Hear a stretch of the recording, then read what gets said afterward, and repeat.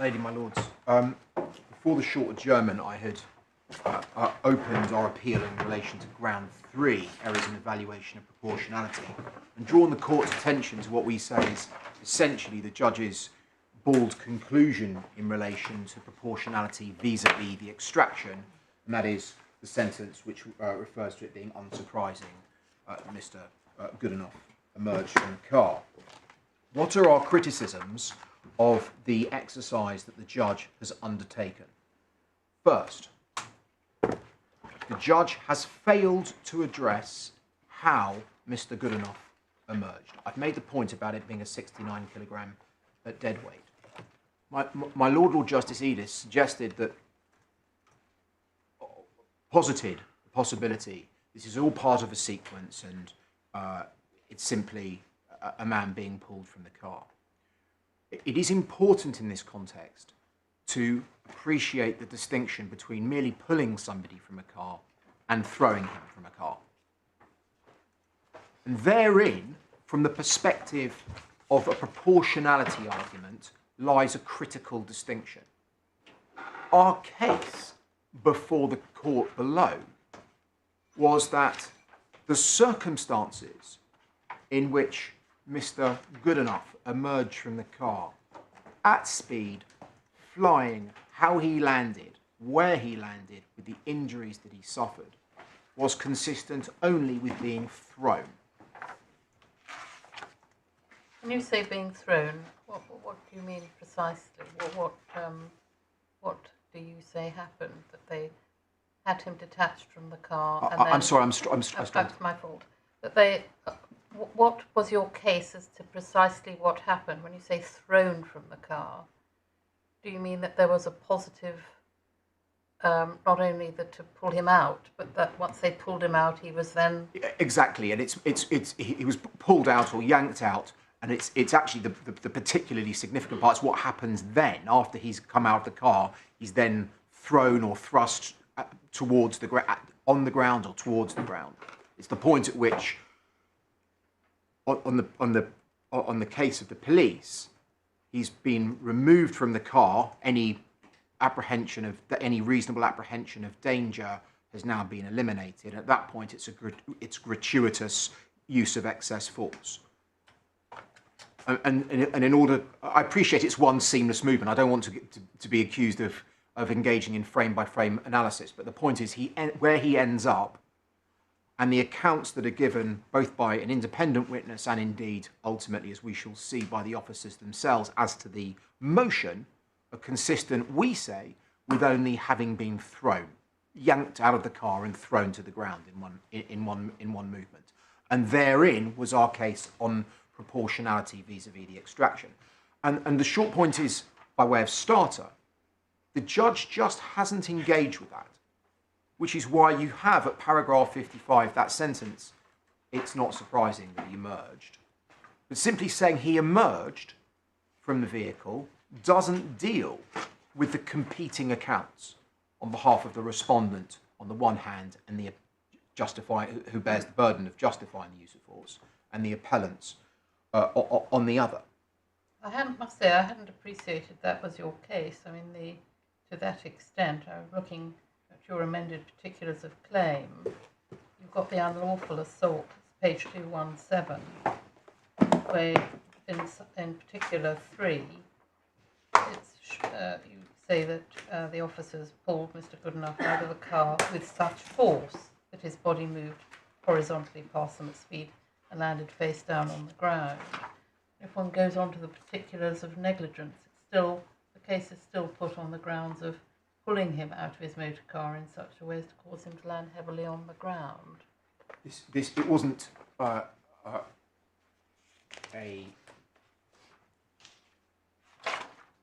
pleading point wasn't taken against us in relation to that. I take my lady's point. It's with the benefit of hindsight that could have been elaborated on with more specificity in the particulars of claim. But I don't think it can fairly be said against us at trial that it was unclear what we meant by this, and it was at the forefront of our written case, both in terms of our opening skeleton argument and our closing written submissions, you'll appreciate those were two documents produced just in relation to a 2.5-day case.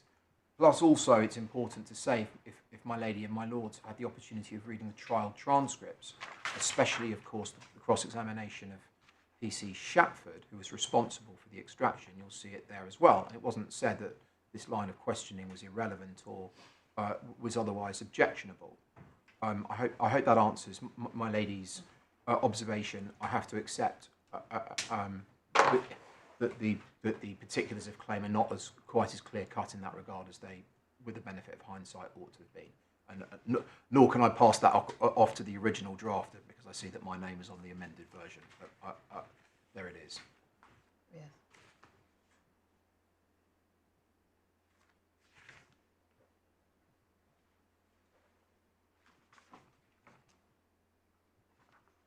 So you're dealing with the judge's the criticisms of the judgment. And Yeah.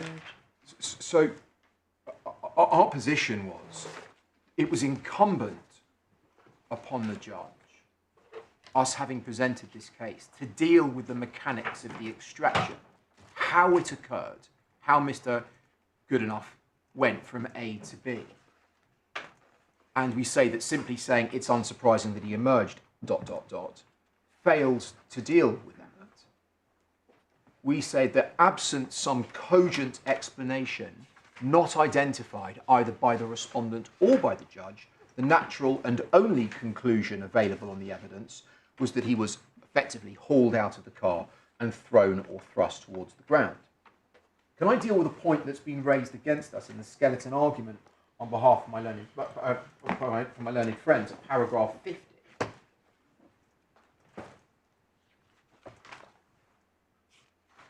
They say at paragraph 50, they take issue with our contention that the circumstances of the extraction were not identified by the trial judge. They say the circumstances of the extraction were identified in the liability judgment inter alia, paras 13 and 55. We've already seen paragraph 55, but can I, for completeness' sake, take you to paragraph 13? That's page 158 of the core bundle.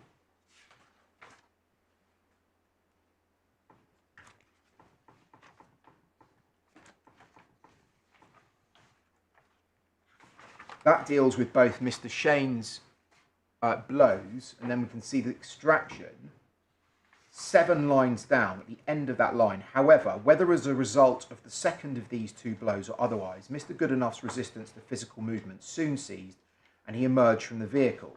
The force required to achieve this was mainly provided by PC Shatford, with some momentary assistance from PC Somerville, who had taken hold of Mr. Goodenough's clothing for a short time. Mr. Goodenough's face hit the road, etc.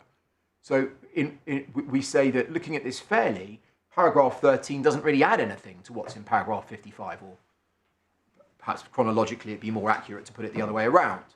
But we still don't have any significant engagement with the mechanics of the extraction. All he's done at paragraph 13, which isn't done at paragraph 55, is clarify that the force has come principally from PC Shatford, but that wasn't in dispute anyway. And from where would the judge have? I understand the case that you make in relation to what happened, but from where would the judge have obtained the evidence on this issue, apart from the officers? What other sources of evidence were there?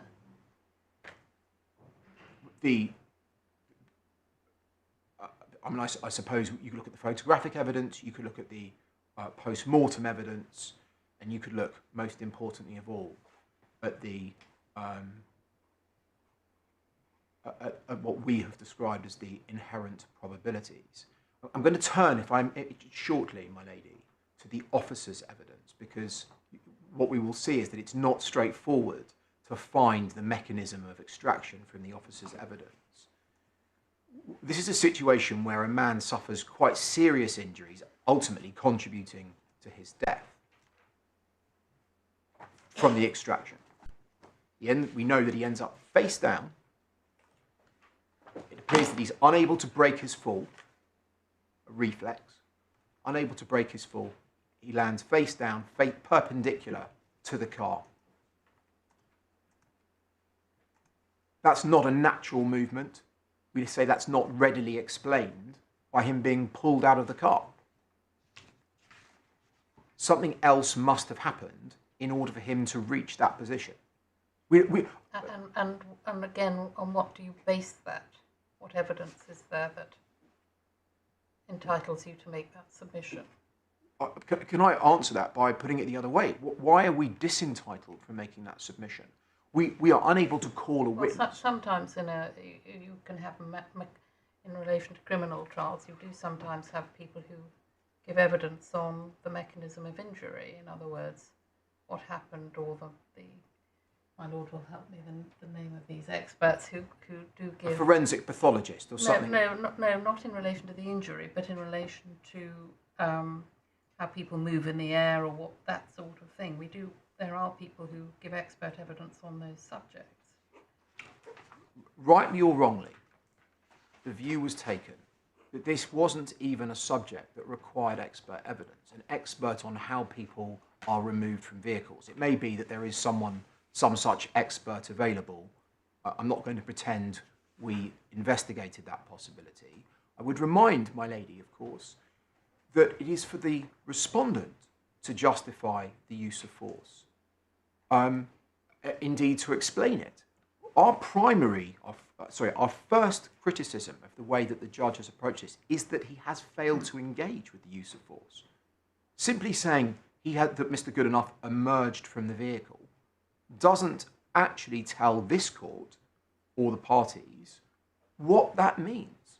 We know that it is the infliction of force upon Mr Goodenough. The burden of proof lies upon the respondent to justify it, and it's left hanging. I think in your closing submissions at the trial, you, in answer to my lady's question, you rely on the evidence of Mr Sayers and on the distance that he travelled, as evidenced by the blood on the pavement. Yes, and of course I'm going to come to the evidence of Mr Sayers, because although I've taken the court to the judge's, what we say is the judge's bald conclusion at paragraph 55, it's fair to say that he also effectively rejects the evidence of Mr Sayers, which I will come to. That's relevant both on this ground and indeed on ground 4.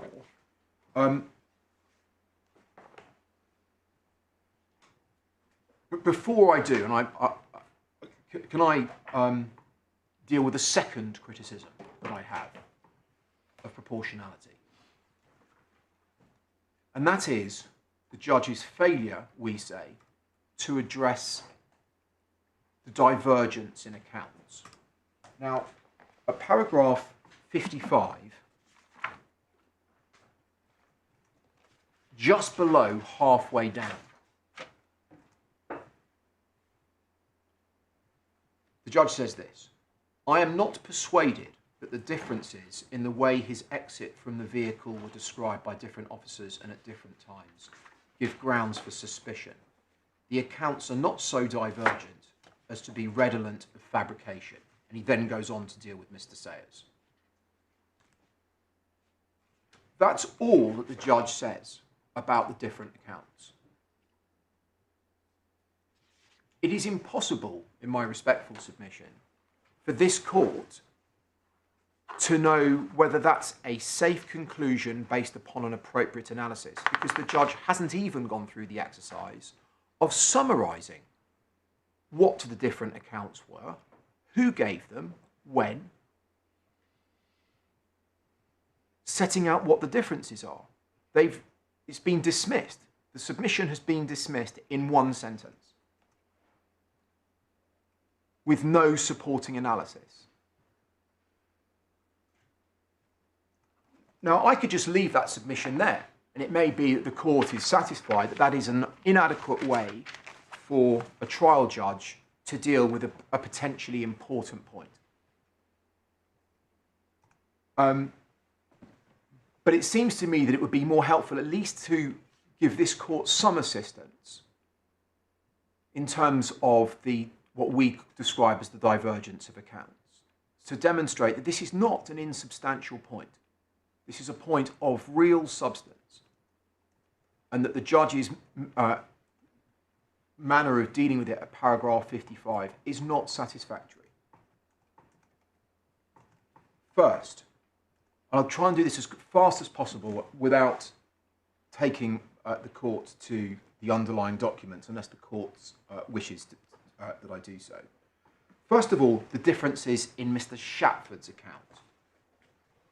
The first account that he gives, the account given to the paramedics.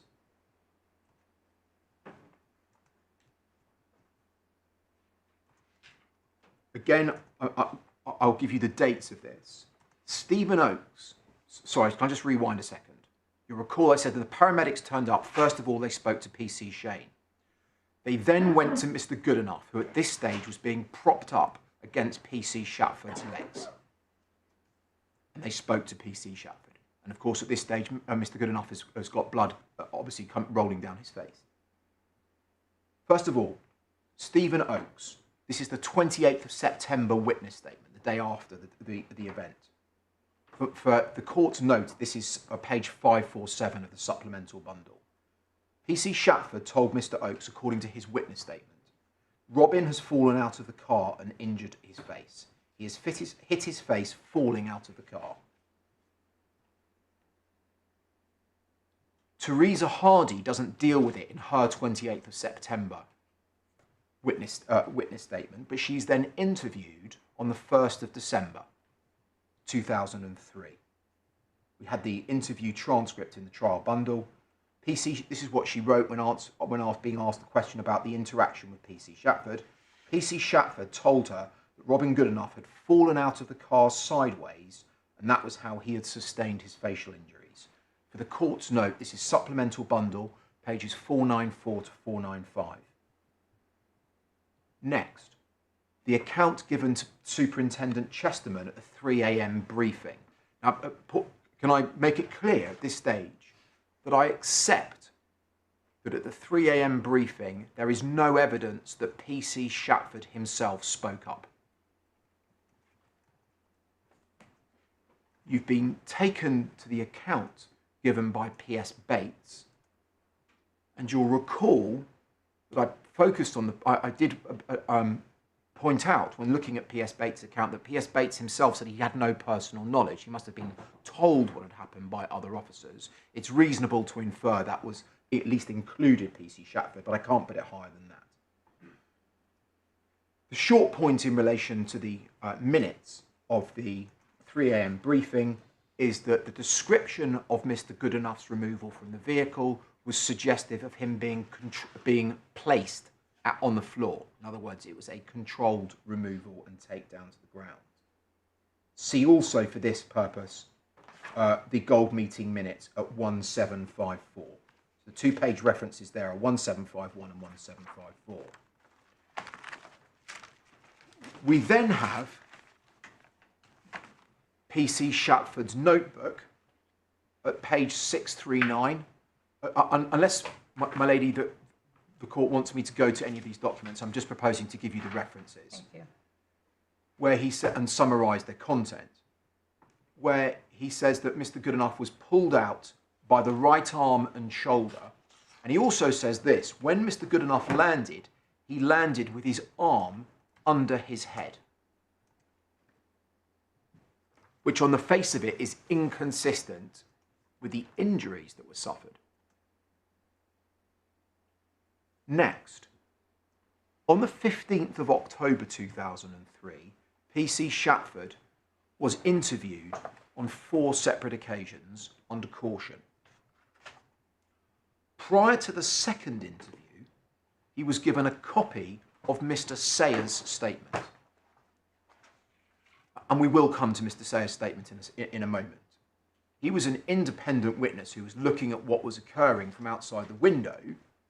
He described Mr Goodenough being thrown to the ground.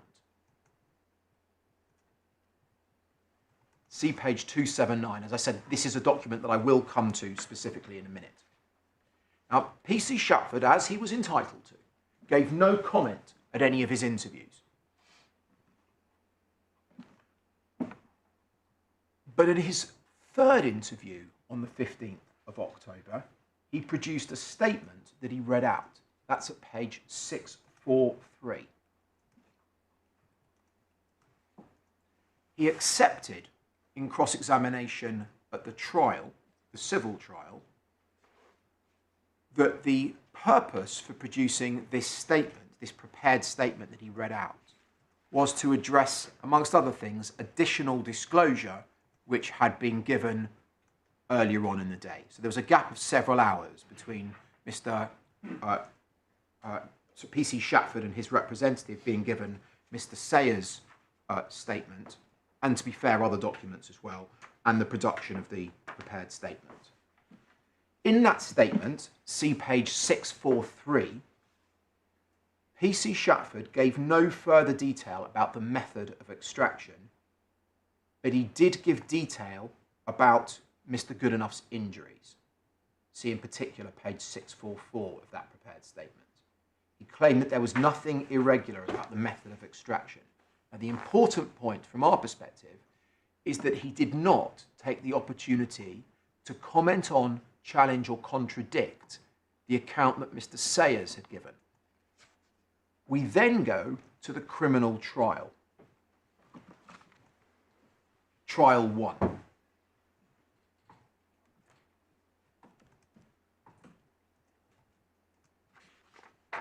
Page 678.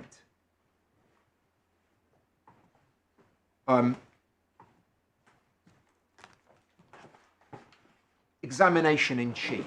It might be helpful actually if the court turns this up. Page 678, please. This trial took place in late 2005, 2 years after the index event. Up to this point, we've essentially got him saying, according to his police notebook, I pulled him out. At around F at page 678, examination in chief, as I said, the driver of the vehicle came out at very high speed. I was pulling hard, as I've said, for the reason given, to get him out. I saw the distraction blows go in and he completely relaxed. At that point, he came out of the vehicle at high speed. So you were not expecting that? No. Did you try to keep hold of him? I still had hold of the driver, yes, as he came out of the car. But coming out unexpectedly at that speed, what effect did that have on you? It knocked me off my balance. It knocked me backwards away from the door, out to the side, and I just couldn't hold him. Then all his body weight was coming out at speed, and there was no way to hold on to him.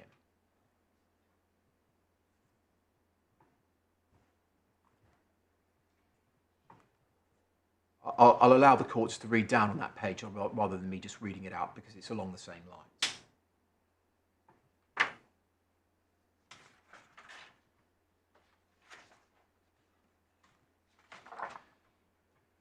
Did you say this was in chief? Yeah, I think that's right. Yes.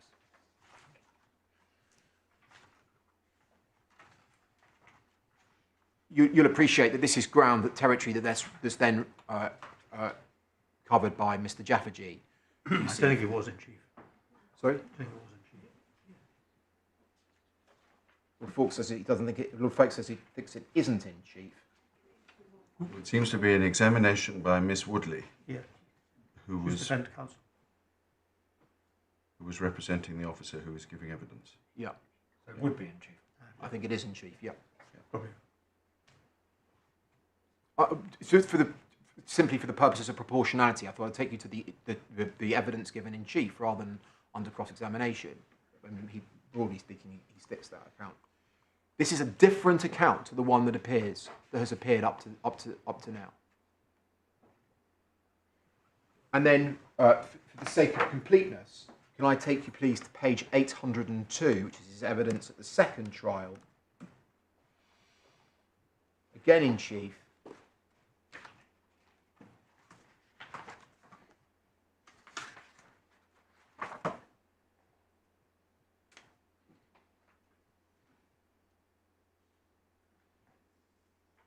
I'm not going to read it out. I'm halfway down the page. It's similar kind of stuff. And this is where he adopts a phrase that actually has been used by Mr. Sayers, which is the cork from the bottle.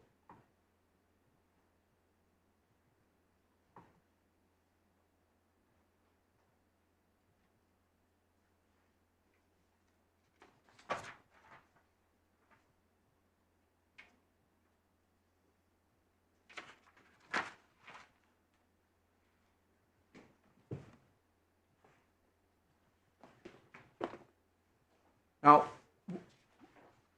we say that that is obviously, just looking purely at PC Shatford himself, without even looking at any independent witness or other sources of information, that plainly is a significant divergence of accounts. Now, it cannot, of course, be my case before this court that is incapable of any explanation at all. But it isn't satisfactory for a judge at first instance simply to say, I'm satisfied that the divergence is not redolent of fabrication, without giving any analysis or summary, indeed, of what the different accounts were on different occasions. It is, as I shall come back to when we look at ground 4, an impermissible shortcut. However, why is it an impermissible shortcut? because it doesn't demonstrate that the judge has gone through the necessary analysis of careful consideration of the building blocks of the evidence. If the judge says, I've looked at, you've set it all out in your written submissions at the end of the case, in paragraph 50, I've read paragraph 50, which sets it all out, and my conclusions are these. What's wrong with that? Because he's not obliged to set out your analysis. Your criticism is that he didn't address it sufficiently in his own analysis. My criticism, he doesn't address the underlying evidence.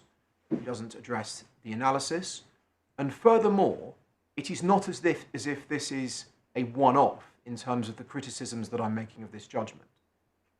We'll obviously come on to this in more detail when we look at when we come to the final ground of appeal. But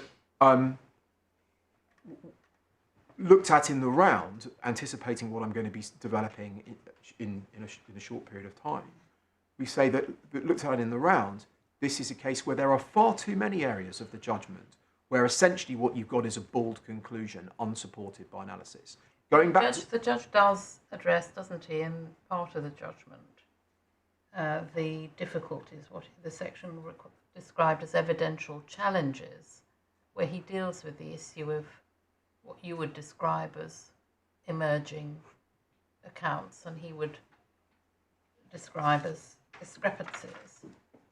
Well, this is actually an area where it isn't very difficult for a judge to set out. This is what, it doesn't have to be done at length, but he could set out relatively straightforwardly. This is what PC Shatford said on this occasion. This is what he said on that occasion, and so on. I've reached the conclusion for the following reasons that these accounts aren't so divergent. But it appears this court can have no confidence that is an exercise that he's even done in his own mind, because it doesn't appear on the face of the judgment. That's why we have reasoned judgments. All the more important in a death in custody case. But the position is even worse in my submission when one looks at the accounts of others. First of all, can I deal with PC Somerville? His notebook is at 983. Sorry, before I do that, I ought to just summarise our position as to what Shatford said. His accounts moved from Robin Goodenough fell to Robin Goodenough was pulled to Robin Goodenough flew. That, we say, is on any view very significant divergence in terms of accounts and requires further analysis rather than being breezily dismissed, which in my submission the judge has done in this case. Can I now, forgive me for taking that slightly out of order, can I take Somerville's account? This is page 983. Remember, Somerville is at the scene and on the judge's finding, assists in the removal of Mr Goodenough from the car. This is what Mr Somerville says. I saw PC Shapford place the male face down on the road.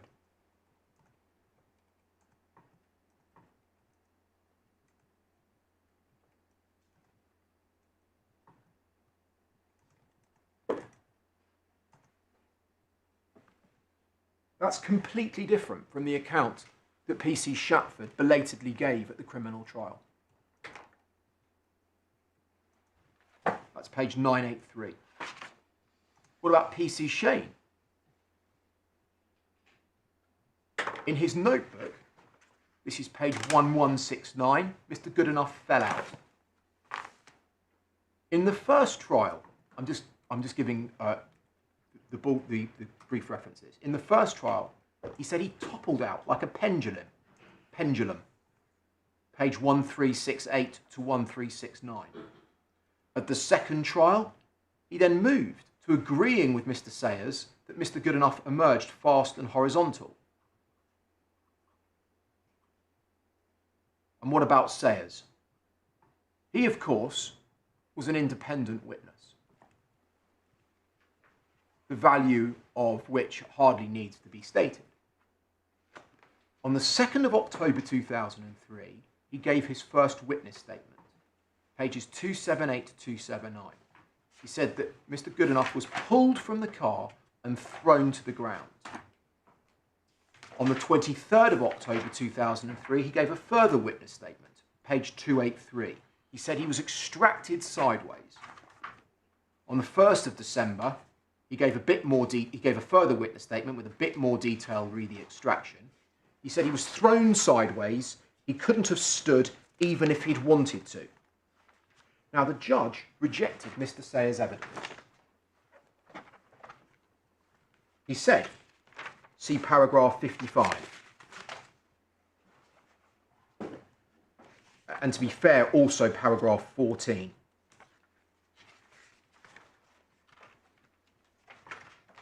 said that caution falls to be exercised in relation to the evidence of Mr Sayers, because Mr Sayers had given evidence that he saw officers kicking Mr Goodenough. But it is important to note precisely what it was that Mr Sayers said.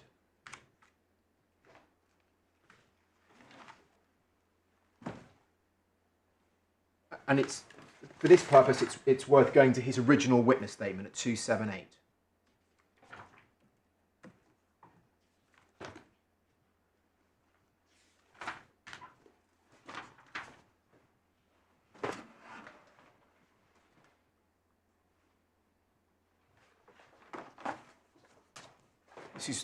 This is his first witness statement.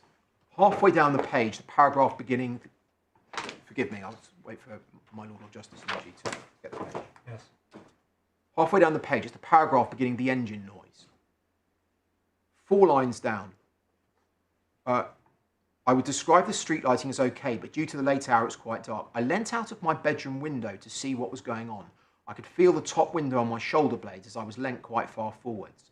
This gave me an elevated view of the road around the place, and I could see a blue Astra car. It stopped in the road at an angle, 8 to 12 metres away from me. I had a clear and unobstructed view of what was going on from my bedroom window. He then goes on to describe what he saw, the tussle at the door, and the extraction, which is at the following page, 279. After a few seconds, the driver was pulled from the car and thrown to the ground. The driver seemed to have been removed by one officer, but as soon as he was out of the car, he was surrounded by another 3 officers. And then this, due to vehicles parked in the road, I could no longer see the driver as he was now obscured from my view. And then in the next paragraph, at this point, I saw what I can only describe as one of the officers kicking the driver. I say this because of the way his weight was shifting back and forwards. The top half of his body seemed to be acting like a pendulum, which is consistent with someone kicking a ball. I cannot be sure if it was the same officer who pulled the driver from the Astra as was doing the kicking. So Mr Sayers himself recognised that there was a difference between his line of sight for what occurred in terms of the extraction what he could and couldn't see in terms of the kicking. And you may say this is a very nuanced point, but this is the point upon which the judge pivoted in terms of his treatment of Mr. Sayers' evidence. Because Mr. Sayers, he said, described kicking, it undermined the validity of the entirety of his evidence. That, in my submission, is a non sequitur. It's not a proper or safe basis upon which to delimit the evidence of Mr. Sayers. But there's an even more important point than that, which is that ultimately, albeit it happened incredibly late in the day, the officers accepted the account of Mr. Sayers. Which account? That is to say, the account that he came out at force, at speed. Not the kicking. Not the kicking. And just to be clear, in case this wasn't clear already, although you'll have seen that the particulars of claim were initially pleaded on the basis that the kicking allegation was maintained, it was abandoned.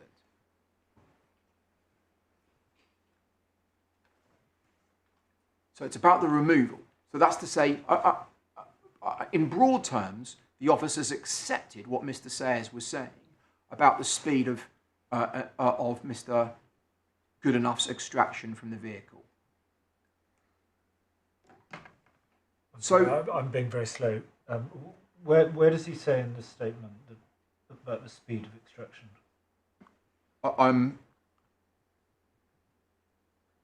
He doesn't in this statement.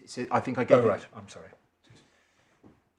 I think I gave you the references to the various elements of Mr. Sayers' evidence, which we pointed towards the judge, because you'll appreciate that he was interviewed again and again. This is what he says in this statement. This is his first statement, page 279. After a few seconds, the driver was pulled from the car and thrown to the ground. That's all that he says in this statement. Then 283, might be helpful if I take my law to each of these. 283 is his next statement. Bottom of page 283. A few seconds later, everything started to move again. That was when the driver was extracted sideways from the car.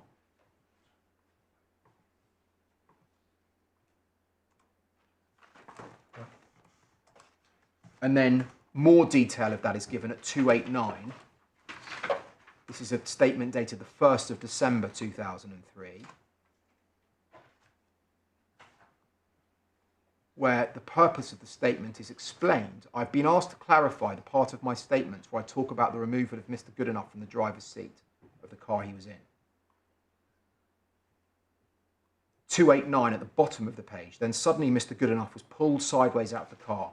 He was pulled with such speed and strength and angle that I'm certain that even if he'd wanted to stand, he could not have. His centre of gravity was pulled out of the car, and it was clear to me he would not have been able to stand. He went sideways then down to the ground.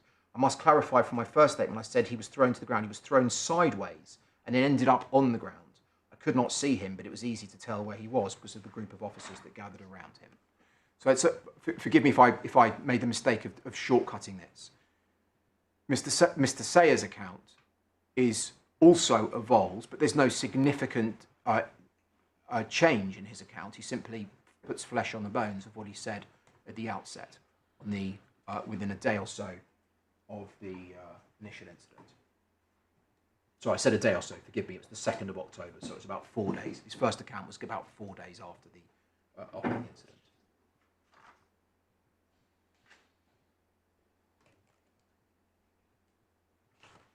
I'm conscious of the time. This is the position in relation to proportionality.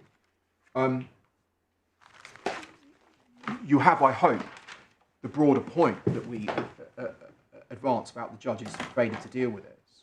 That's to say, his failure to deal with the mechanics. But it goes further than that, because there is a striking delimitation of Mr. Sayers' evidence in circumstances where it appears that the judge didn't fully appreciate that at least the lion's share of Mr. Sayers' evidence about the physics of Mr. Goodenough's journey to the ground is no longer in dispute.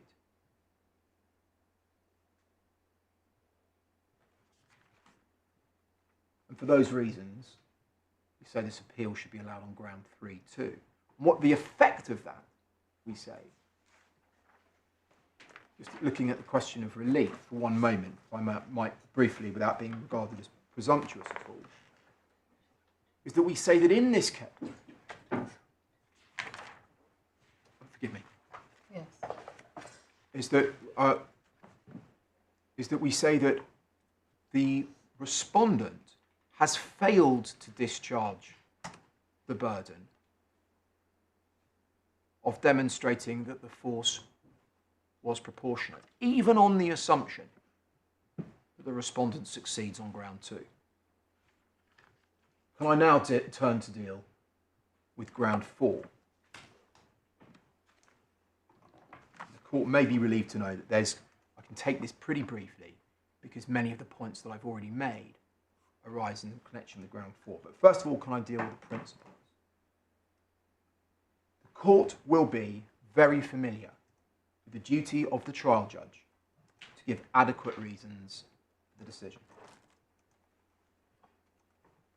This jurisdiction has developed a tradition of delivering judgments that describe the evidence and they explain the findings in much greater detail than in other jurisdictions. Failing to do so may amount to a shortcut, an impermissible shortcut.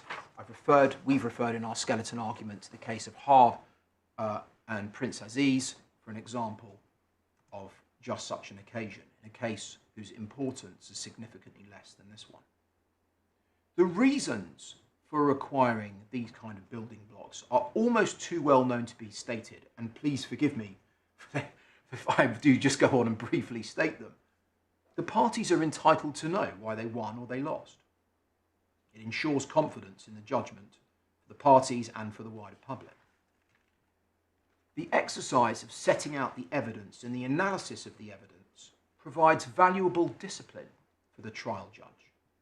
It enables an appellate court to see whether and how a first instance judge has fallen into error.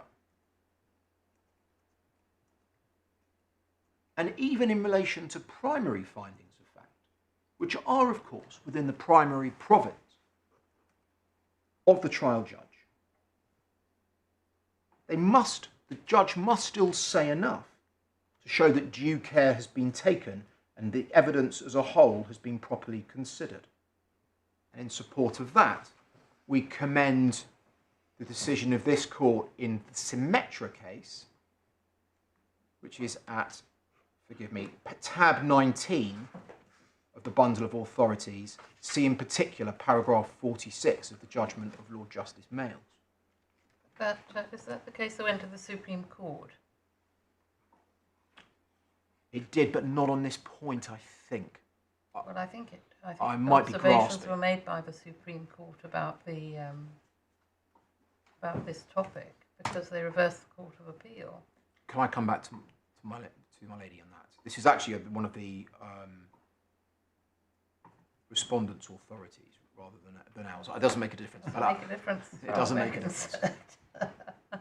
Can I come back to my lady?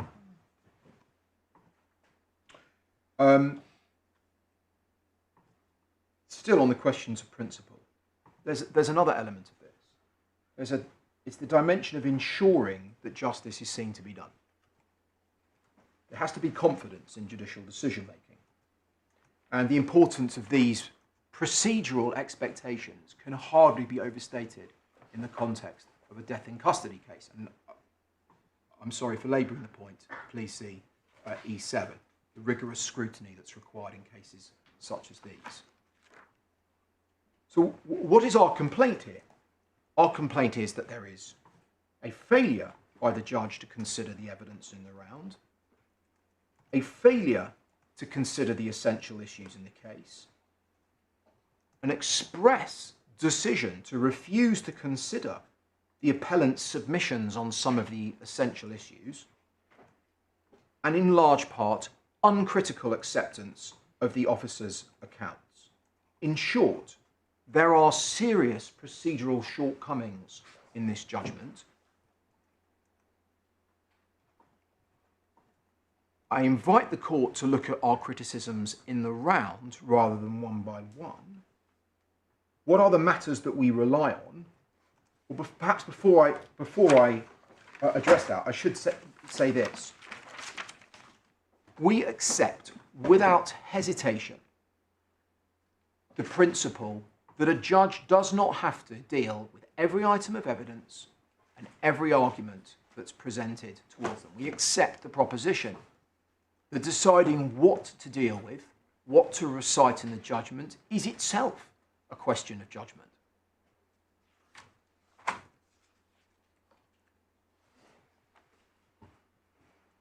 However,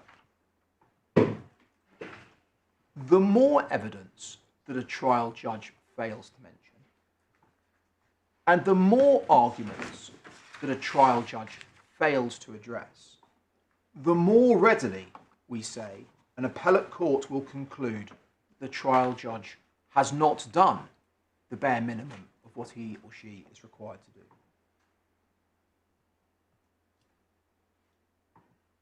I'm now simply going to list the matters that we rely on. And they will be familiar to you, not least because all of them, bar one, have been touched on in one way or another during the course of my oral submissions, and all of them are identified in our written submissions. So I hope the court will forgive me for just presenting this in list format.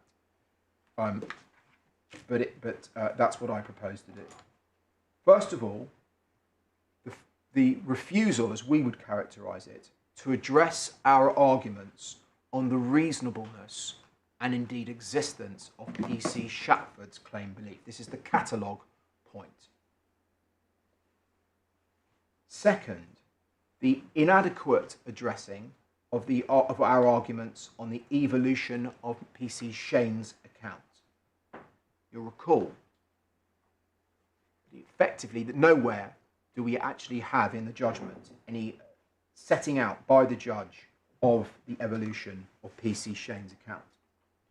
Third, the failure to address our arguments on the reasonableness of P.C. Shane's belief.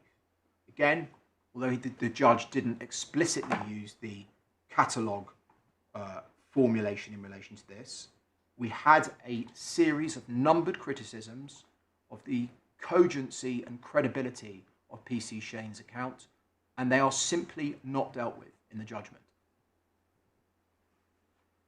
The failure to address the proportionality of the force used, except in the bare sentences that we've seen at paragraphs 13 and 55 of the judgment. And then perhaps with an eye on a bit more focused detail, we say the failure to deal properly with the Chesterman evidence, the dismissal of the Sayers evidence, and returning to a point that I made at the outset and which I urge the court not to lose sight of, the failure anywhere in this judgment to even mention that Mr Goodenough did not offer or threaten any violence whatsoever.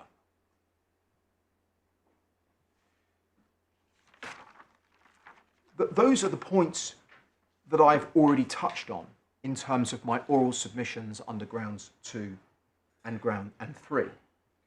But there is an additional point as well, which I accept is purely a matter of impression.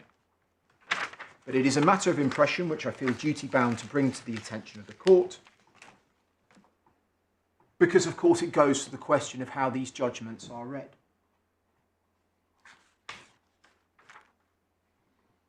In a number of places in this judgment, it appears to us that Mr. Justice Turner has invoked, sometimes in a sarcastic manner, Mr. Goodenough's antecedent history, which was, it is important to say, utterly irrelevant to the issues that were arising under Ashley 2. The officer's case was they had no idea what his antecedent history was. I think one of the officers is recorded in Chesterman's note as saying that he knew that he was a disqualified driver, but I think that's as far as it goes. Is that right? That's correct.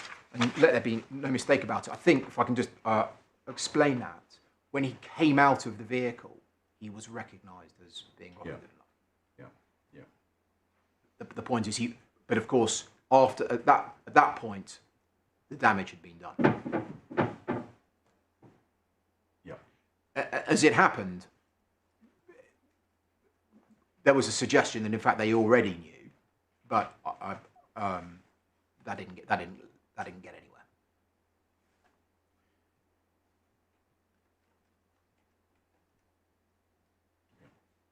As I said, this is a matter of impression.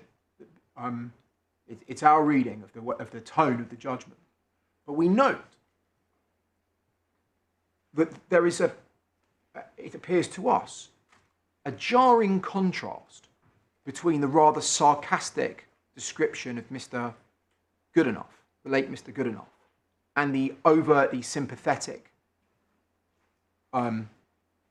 approach taken in relation to the officers. So did you say overly sympathetic or Overtly. overtly? Overtly. Yes.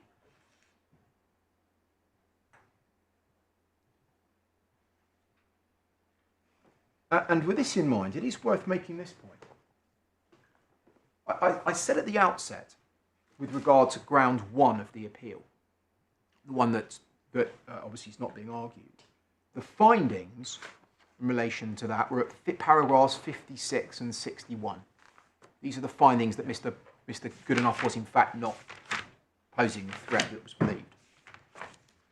We would suggest that, on one view, those are findings that the judge has arrived at somewhat through gritted teeth. But that may not be the particular importance here.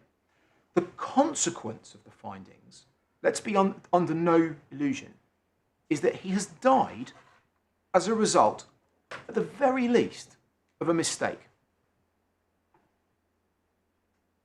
at the hands of the police. Now, whatever view is taken about his conduct on the night in question, or indeed earlier on in his life, the effect of the findings at 56 and 61 is that he's effectively an innocent man who's died.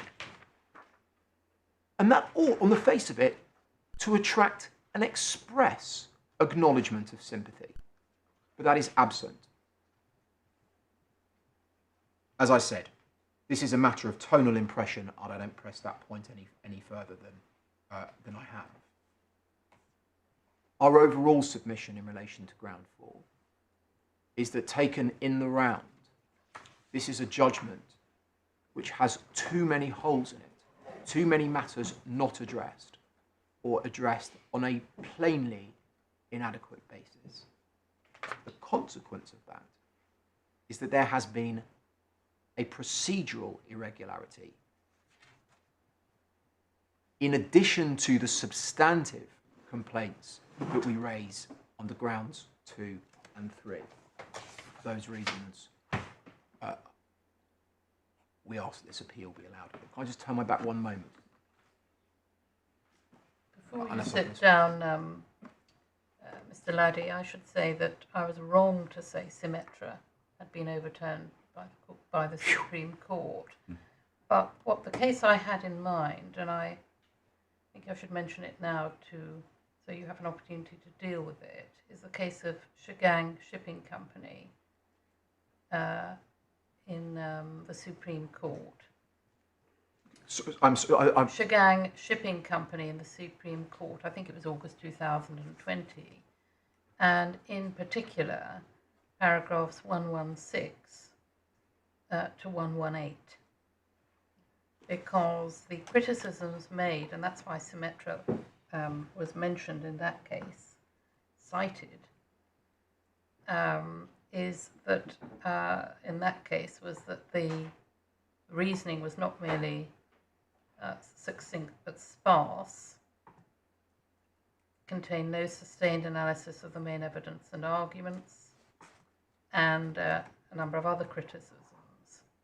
And the court accepted that, the Supreme Court accepted that, and cited the judgment, passage from Lord Justice Mayles to which you referred us from Symetra, but went on to say, having expressed the criticisms they did, including that the judge approached his task in too cursory a manner, and so on, that the question on an appeal, however, is whether the decision was wrong. I mean, so that's really the issue. In other words, it is on ground.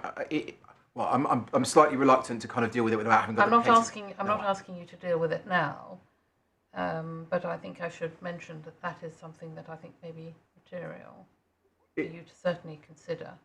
I thank you for drawing that to our attention. We are obliged. I just checked. I don't think it's in the authorities bundle. It's not, but I'm sure we'll add it overnight if we may. I want to just emphasise though, no matter what is held in relation to that case, just focusing on grounds 2 and 3 for the time being, sight shouldn't be lost of the fact that our submission is there are errors of principle in the judge's approach, which don't require any neat analysis of the appropriate standard of appellate review. Appreciate that's not all of our case, but we do identify what we say are particular errors of principle. Yes, thank you. My lady, unless I can assist further, those are submissions. Any questions? Thank you. Yes.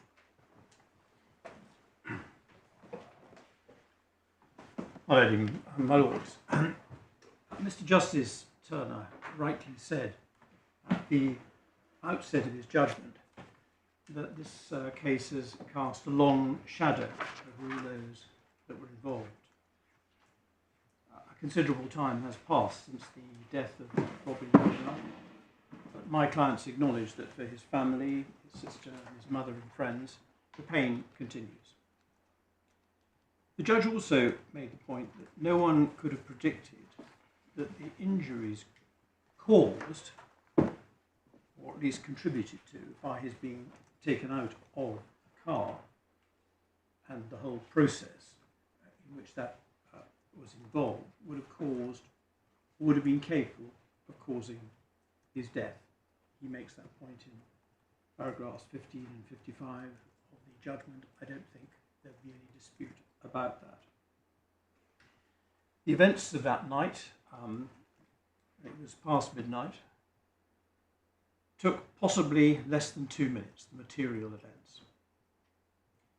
By contrast, a considerable amount of time has been spent analysing in minute detail what occurred when the death of an individual results from the police having been involved in his arrest. It's of course appropriate that there should be very careful analysis of those events. It was looked at by the PCA, by the IPCC. There were 2 criminal trials. There was a judicial review, unsuccessful, of the decision that there were no misconduct allegations that needed to be pursued against any of the officers. And of course, there was the trial before Mr. Justice Turner. The trial before him involved the medical issue, as the court has heard, which was resolved. I'll come briefly to that in a moment. And the only live evidence was from PC Shatford and PC Shane. They were both examined briefly and then cross-examined at considerable length by learned defenders. The court would have seen from the transcript. PC Shatford cross-examined from the 3rd of March at 12:09, finished 4th of March about 11 o'clock. PC Shane from 2:15 to 4:36. So a lengthy period in the witness box, which enabled the judge to form a view as to important issues as to credibility. But what was really in dispute in this case? Ultimately not all that much, we would respectfully submit. It was not in dispute that the police were entitled to stop the Vauxhall Astra and to arrest the occupants. We remember that there were 3 occupants of the car, and of course of particular relevance, the driver, Mr Goodenough. He was then told in no uncertain terms, no dispute about this, to get out of the car. It is perhaps worth pausing here to emphasise how vulnerable police officers generally are when on foot and the suspect is in a motor car. It is a frequently encountered situation by police officers all over the world. It's not just in American films that one sees this. And one can see that a driver who has been stopped, having already shown an inclination to disobey the law and to ignore the sirens, is capable of doing anything. And the police gave evidence that their experience is, whether it's running from the vehicle or whether it's driving on or attempting to drive on, it's a position of particular vulnerability for the police. And in looking at these facts, we respectfully submit that the judge was right to take into account that background. Now, they did not know, it's perfectly true, that Robin Goodenough had consumed a great deal of butane within the last hour. They didn't know that he had a long list of convictions and that he had, as his sister acknowledged, been rather fortunate so recently not to have been sent to prison. Now, what was going on in Robin Goodenough's mind, we will never know. It was certainly significantly affected by butane. No doubt he was extremely stressed by what occurred, and if he was capable of making that sort of assessment, he would have known that imprisonment was likely to follow if he were to be detained. How he was to react when stopped, his sister gave evidence of the trial suggesting his usual modus operandi was to climb into the back of the vehicle so as to confound the police as to whether or not he was the driver. He did not do that on this occasion. He remained in his seat. I said there was not very much in dispute in this case. It was not in dispute that he was struck by P.C. Shane, certainly once, and certainly attempted twice, probably once only actual connection. And it is not in dispute that he was pulled out of the car. How he was pulled out of the car and how he landed on the road is to some extent and was in dispute. Now, my lady, the President, pointed out quite correctly that the particulars of claim suggested that he was pulled out of the vehicle. It's right to say, and I learned junior, he isn't a junior of course, but Mr Beggs reminded me that in fact by the time the opening submissions at the trial took place, the claimant's case had evolved to him being violently thrown to the ground. And it's fair to say that it was put to Mr Shatford in the course of the trial that he was thrown to the ground, or words to that effect. So that was the case, although initially it was pulled. In the course of the analysis that this court has heard, various different accounts have been pointed to, slightly different accounts of how he emerged from the vehicle. The judge came to his conclusions. Whether somebody is pulled or emerges forcefully, how you describe that exit may not really matter very much.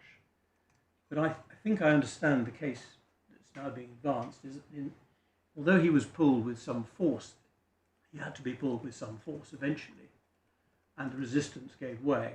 There was some additional gratuitous act by the officer. I think that's the way it's put. It's quite difficult to envisage that happening, and that certainly, there was certainly no witness who really gave any view as to that being the case. The court's been referred to Mr Sayers' evidence. Mr Sayers gave a number of observations about the violent driving of Mr Goodenough. Ultimately, he was not called by anybody. He certainly wasn't called by the claimant. And the judge pointed to the fact that his evidence had initially involved kicking on the ground. That was not relied on, and therefore the judge came to what we would respectfully submit as a very sensible conclusion, that his evidence should be treated with caution. And where an important issue like that is not relied on, that I would respectfully submit as an entirely appropriate response. It was not disputed that in the face of resistance, and there certainly was resistance, whether it's passive resistance or rather more than passive resistance, the officers were entitled to use reasonable force. The judge directed himself entirely correctly in that respect.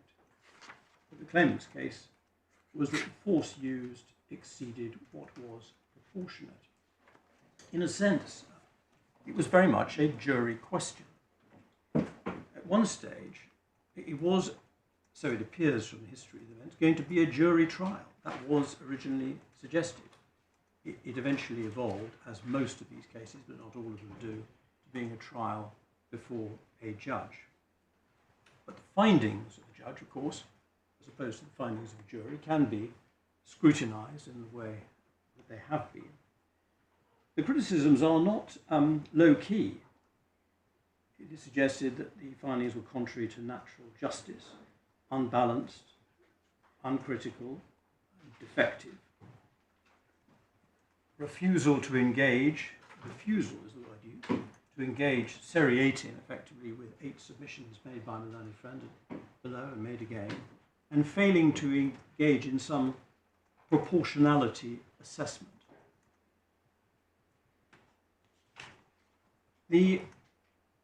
This court has to deal with an appeal. What we would respectfully submit is an appeal on the facts. Should the judgment have been longer than it was? It was 9,000 words long. But this was not a long case, albeit that there was a great deal of background material because of all the different inquiries and hearings in one jurisdiction or another. It was, incidentally, nearly twice as long as the Symmetra judgment, which was criticised. Did it deal with every single point? No, it did not do so. But the judge was right in our submission to say that it is not incumbent upon him or any judge to deal with every piece of evidence. He says this at paragraph 4 of the judgment, where he says, where in this judgment I have omitted to make specific reference to any given piece of evidence or argument must be not taken to be an accidental oversight. Refers to it all. I have not referred to any particular detailed submission arising because I have concluded the recital of the considerations and resolution of the same would not lead me to any conclusions different from those articulated in this judgment. Surely, my lady, in other words, it cannot be incumbent upon a judge to deal with every submission that is made. That doesn't, of course, absolve him from dealing with important aspects of the evidence. I am hesitant to refer the court to what other judges have said should be the approach of this court, but I hope the court will indulge me if I very briefly turn to a couple of judgments and brief extracts from them, which we submit are helpful. And can I take the court to Authorities Bundle, tab 11, in the case of Phage.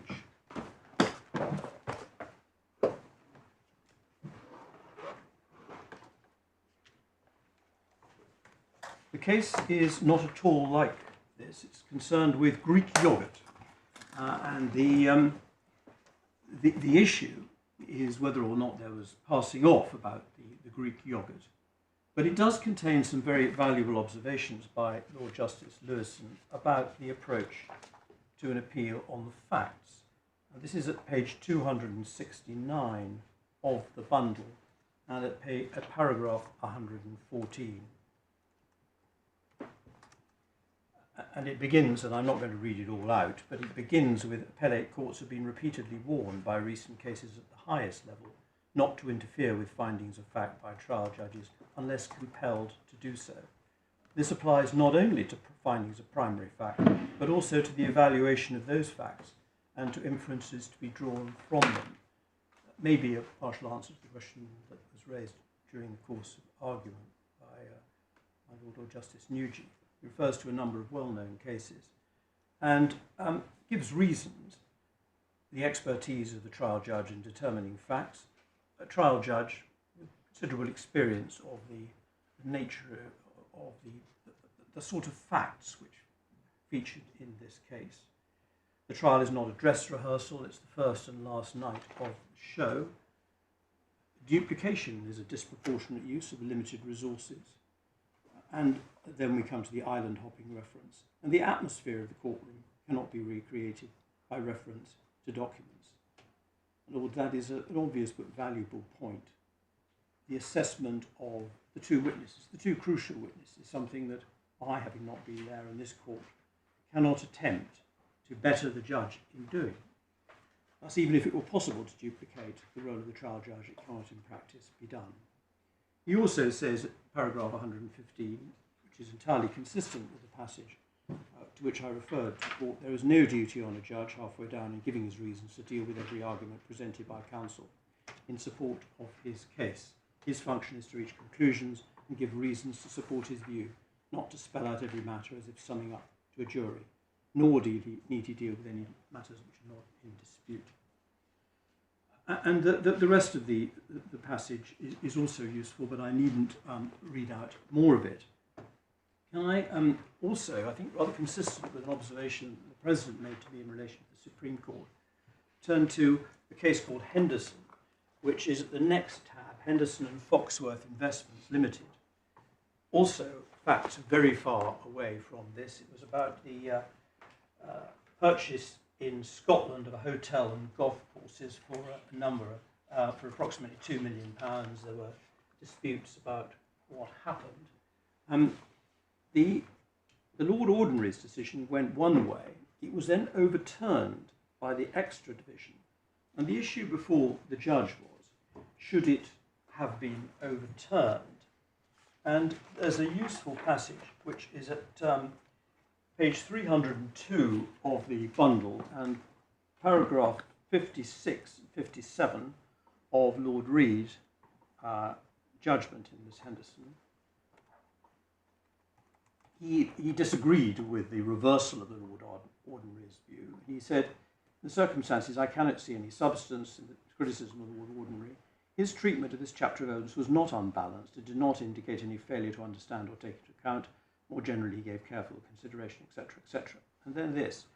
I would add that in any event, the validity of the findings of fact made by a trial judge is not aptly tested by considering whether the judgment presents a balanced account of the evidence. The trial judge must, of course, consider all material evidence, although, as I've explained, it need not all be discussed in his judgment. The weight which he gives it, however, is preeminently a matter for him, subject only to the requirement, as I shall shortly explain, that his findings must be such as might reasonably be made. An appellate court could therefore set aside a judgment on the basis that the judge failed to give the evidence a balanced consideration only if the judge's conclusion was rationally insupportable.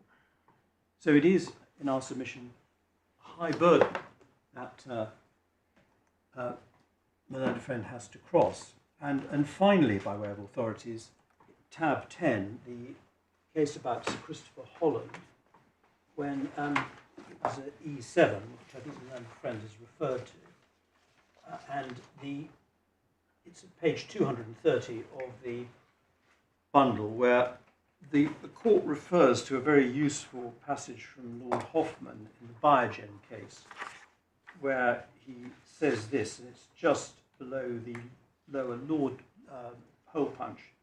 The need for appellate caution in reversing the judge's evaluation of the facts is based upon much more solid grounds than professional courtesy. It is because specific findings of fact, even by the most particular judge, are inherently an incomplete statement of the impression which was made upon him by the primary evidence. His expressed findings are always surrounded by a penumbra of imprecision as to emphasis, relative weight, minor qualification, and nuance. I won't do the French. Of which time and language do not permit exact expression, but which may play an important part in the judge's overall evaluation.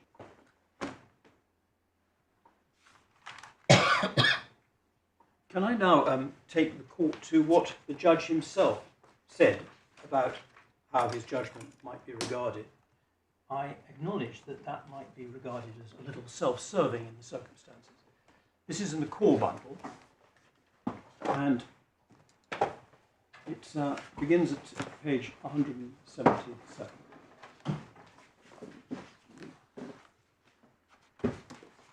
This was in response to an application to leave to permission to appeal, and the relevant comments come at page 182, paragraph 21.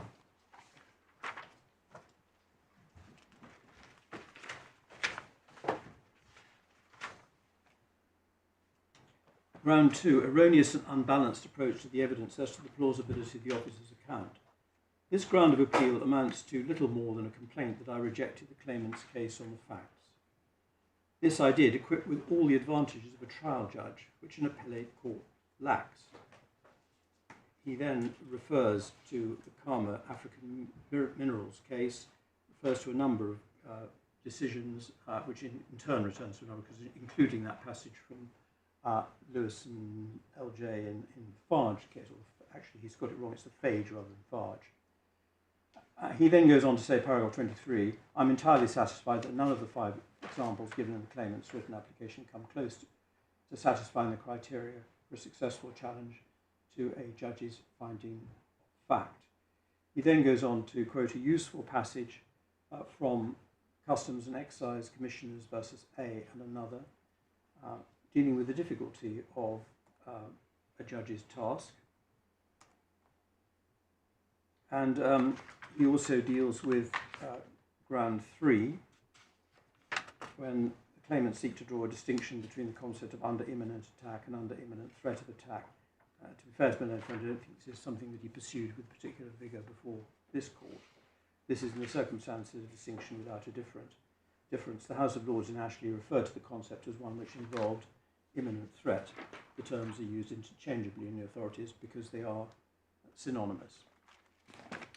I think there's only one other case that I will briefly take the court to, and that is the case of Ashley, to which my learned friend has made a reference. This was before the Court of Appeal, and then before the House of Lords, as it then was. It's at tab 7.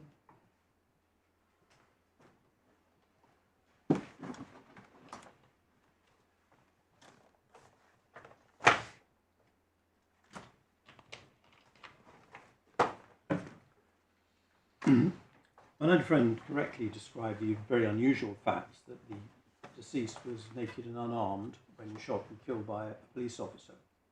There's perhaps one important distinction, which of some relevance, perhaps generally, with regard to police actions. This was a planned, not very well planned, as it happened, planned arrest of Mr. Ashley.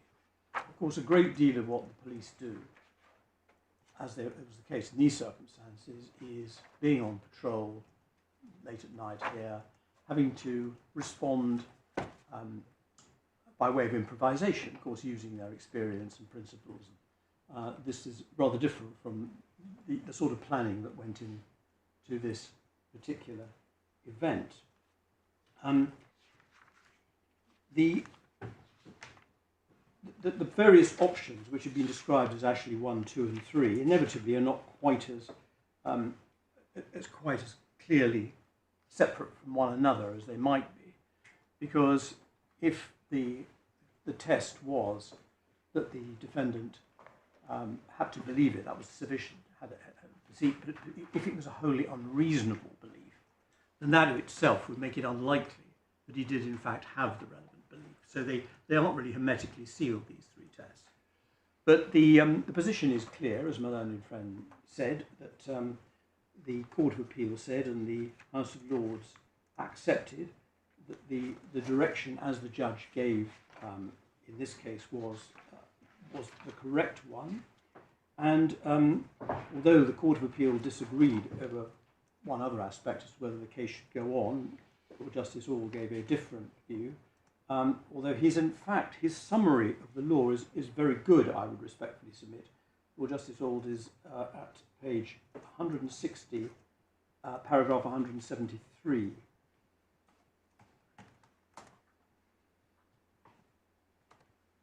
It comes to the same thing, it just happens to be put in a rather succinct way. And he refers to the fact that in the light of all the relevant circumstances, and that's highlighted in his analysis, the reasonableness of a defendant's resort to self-defence in its nature, force in use in the sense of being proportionate to the attack, force to be determined in the light of all the relevant circumstances, including, where appropriate, the fact that he may have had to act in the heat of the moment. It's not part of our case, and we submit there's nothing in the judge's judgment which suggests that he was giving a particular emphasis to the heat of the moment. It's part of the general circumstances, the need to act with appropriate urgency. But that is a helpful summary we submit of the proper approach. I don't think my learned friend was suggesting that there should be some separate proportionality analysis beyond the sort of analysis that goes on when dealing with whether or not self-defence has been disproved in a criminal case or established sufficiently as in a civil case. But the matter was in fact touched on briefly by Lady Justice Arden, as she then was, at paragraph 207, which is at page 168 of the bundle.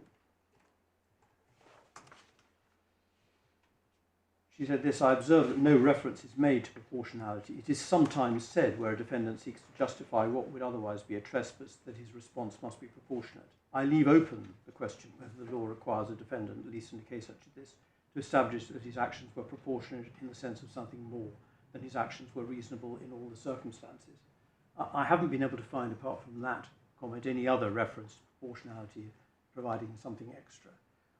As the court will know, proportionality has a particular meaning in terms of human rights jurisprudence. It occasionally creeps into judicial review rather more widely, but so far hasn't been formed, isn't considered to be part of the analysis as to whether you can quash a particular decision. We would submit that proportionate is simply an adjective to use to describe the way a court should approach the reasonableness of a response by police officers or indeed anyone else.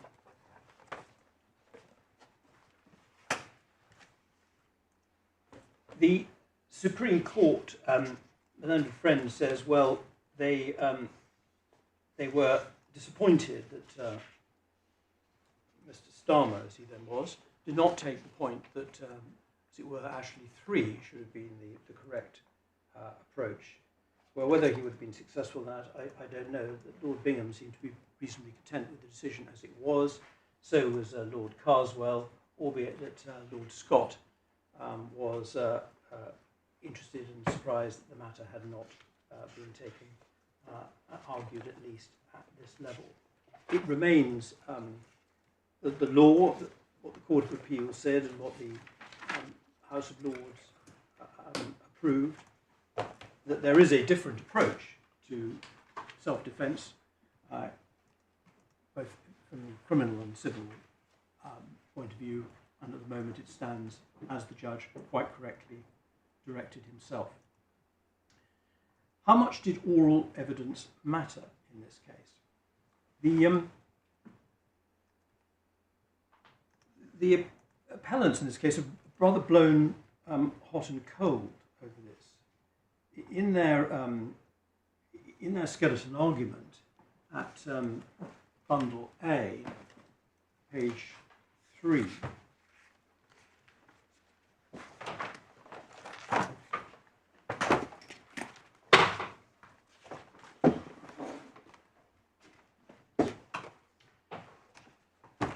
at paragraph 8,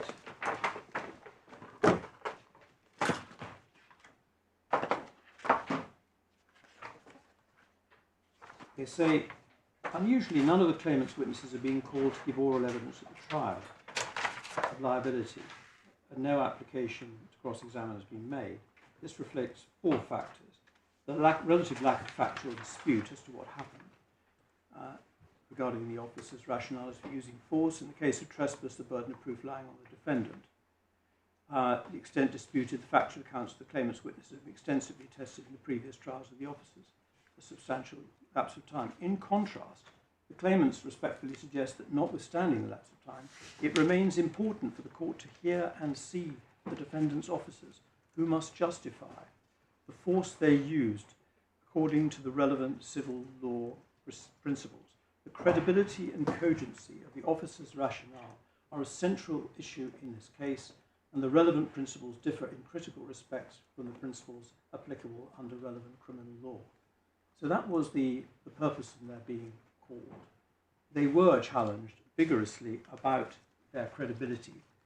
So, although in their submissions before this court, it appears that the appellant is arguing that it's of limited value, that didn't appear to be their position when the case was opened before the judge. The question of demeanour is much discussed, has been over the years, in terms of a judge's assessment of witnesses. And we accept that one can read too much into questions of demeanour, and courts have become more sophisticated in deciding how much can properly be put down to a judge's assessment of demeanour. But we submit that the judge was rather conscious of this. And if we go to, if the court would be so kind as to go to page 168 of the core bundle, going to the judgment,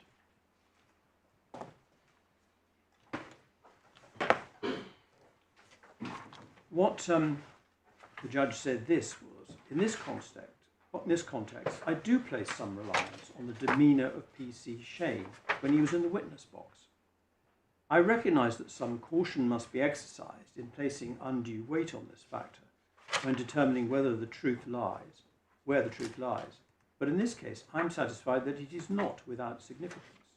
It was very obviously an ordeal for P.C. Shane to have to rehearse once more the events of the 27th of September 2003 under prolonged, close and inimical scrutiny, but his responses to questions put in cross-examination were measured and, where appropriate, concessionary.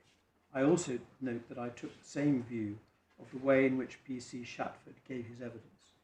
Now, here is a judge, in our respectful submission, directing himself entirely appropriately and coming to conclusions on demeanour, which were put in issue specifically by Melinda's friends in their skeleton argument, and he was invited, obviously, to form views of those witnesses.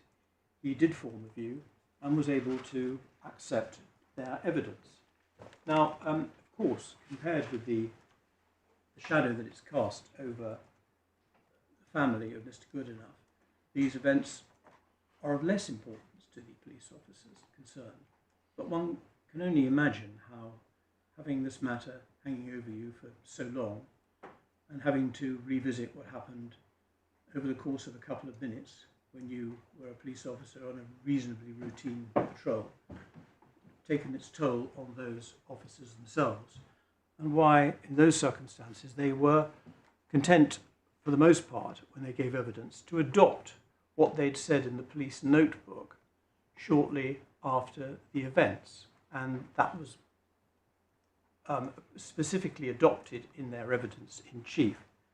And I wonder if, and I'm not going to take the court very much, if any, of the evidence, but it would, I think, perhaps be useful to look at their police notebooks because it was the nearest contemporaneous account.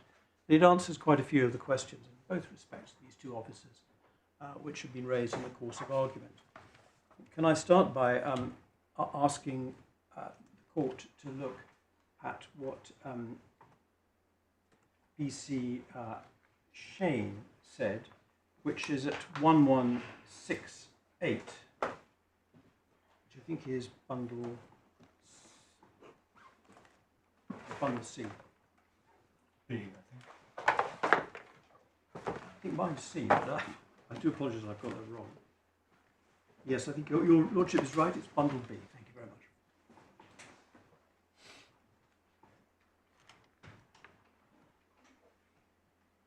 much.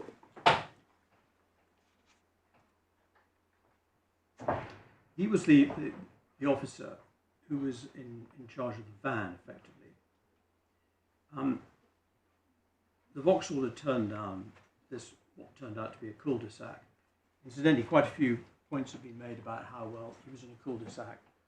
There was no obvious way to go on. The court has seen the photographs. It's admittedly the case that there was a limited amount of room. There was also some extra space at the end. And of course, a decamp, a word that's mentioned in the course of the evidence, could still have taken place.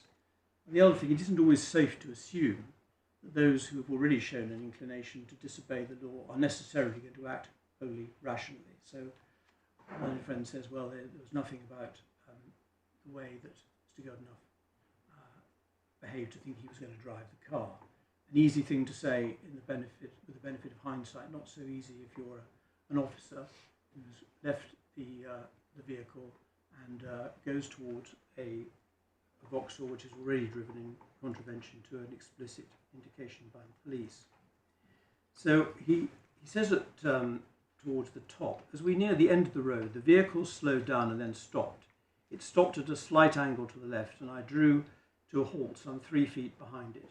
Immediately I saw the front passenger door open and expected all the occupants to run, so he was expecting a decamp. I was aware at the time other people were getting out of the van and running towards the car. The road is only narrow, with parked cars either side, so I noted we were all in a very confined space. Seeing other officers already around the car, I slowed my own reaction, attempted to switch off the van's siren, but it was dark and I couldn't find it immediately. For a short delay, fiddling about, located it, switched it off, switched the van engine off and removed the keys. I then looked up in front and could now see officers all around the car with all 3 doors open and could hear shouting. I also believe PS Bates positioned at the front of the vehicle. I could then see them pulling at something with a great sense of urgency, and I could hear officers shouting, "Get out of the car." As I walked forward, I became aware that Chatford and Somerville were pulling urgently at the driver, and I heard Somerville shout, "Get out of the car." The tone of his voice immediately alarmed me, as there appeared to be an element of panic. I could also see him and PC Chatford frantically trying to pull the driver out of the seat. I could also hear the Astra engine was still switched on. It was switched on, but it emerged during the course of the evidence that it was in neutral. There were now 9 officers around the Astra, but don't forget there were two other occupants of the Astra. In the confines of the narrow street and parked cars, it suddenly occurred to me that PC Chatford and Somerville were afraid the driver was about to start manoeuvring the vehicle. Had he done so, this would have undoubtedly crushed officers on both sides of the vehicle. To try and prevent this, I ran forward. PC Chatford was facing the driver with his head and arms inside the open door, and PC Somerville was standing the right arm nearest the driver. I could not see if he was in front or behind the open door. Very limited view inside the car. I could see only through the rear passenger window and a small gap over PC Chatford's left shoulder. But what I could see was the driver seated in the driver's seat. He appeared to be bracing himself in an erect but horizontal position inside the car, with his head pushed back onto the back of the seat. I believed he was doing this to prevent him being pulled out of the vehicle. As I could not see his arms or legs, I was also concerned he may be trying to press the clutch, put the car into gear with a view to manoeuvring it. At that stage, I was seriously concerned for my colleague's safety position around the vehicle and my own, as I thought that due to his own position and action inside the vehicle and the frantic actions of Somerville and Chatford, he was trying to drive the vehicle. It had taken me some time to get out of the van and up to the driver's door and realise what was going on. Seeing such frantic motion, I believed they had already precluded all other avenues of officer response. I could see their efforts to try and simply pull him out were failing, and I realised we needed to control him quickly to stop him driving. I decided a distraction blow would be the most appropriate defensive tactic. I could see that Chatford and Somerville were preoccupied with their struggle. I believe there was not sufficient time and considerable risk to safety if the driver was not controlled quickly. Now that was his case. That was what he adopted. He was challenged about it, and the judge accepted that account. And similarly, the account given by the other officer, significantly controlled PC Chatford. His is at 6:40. Perhaps I could briefly take the court to that, and that really was more or less all the evidence. I think I need to take court. This is at volume A.